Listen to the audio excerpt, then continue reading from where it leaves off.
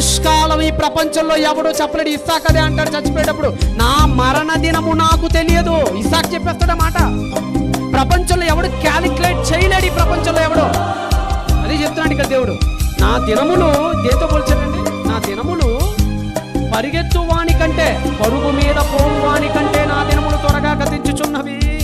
క్షేమము లేకయే అవి గతించిపోవుచున్నది. రెల్లు పడవ దాటిపోవునట్లు అది జరిగిపోవును. మనిషి బ్రతుకు కూడా రెల్లు పడవతో పోలుస్తున్నాడండి దేవుడు. మనకు అర్థం ఏంటంటే చెప్పాలంటే కాగితపు పడవతో పోలుస్తున్నాడు. మీరు ఏదో ఇన్ని కోట్లు కోట్లు కూడబెట్టుకుంటున్నారు, ఏదో కొన్ని వేల తరాలకు ఏదో నువ్వు ఒక్కడివి సంపాదిస్తేనే వాళ్ళందరూ తింటారు, లేదంటే వాళ్ళకి సంపాదించుకోవడం రాదన్నట్టుగా వేల కోట్ల రూపాయలు నెట్వర్క్ సంపాదించుకుంటూ వెళ్ళిపోతున్నారు.